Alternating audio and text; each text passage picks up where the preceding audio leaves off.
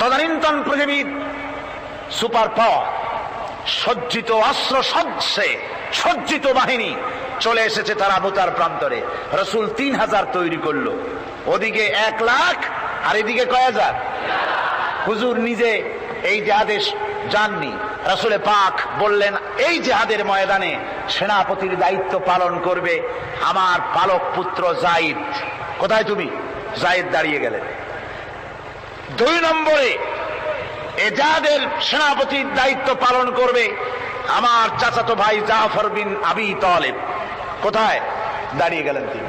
3 নম্বরে দায়িত্ব পালন করবে আমার সাহাবী আব্দুল্লাহ বিন রাওয়াহা। কোথায় তুমি? তিনিও দাঁড়িয়ে গেলেন। রাসূল তাদেরকে বললেন যে তোমরা চলে যাও, তোমাদের ঘরে গিয়ে বিবি বাল বাচ্চা মা বাপের কাছ থেকে সালাম করে আসো। আমার বন্ধুগণ, জিহাদের ময়দানে সেনাপতি কয়জন লাগে?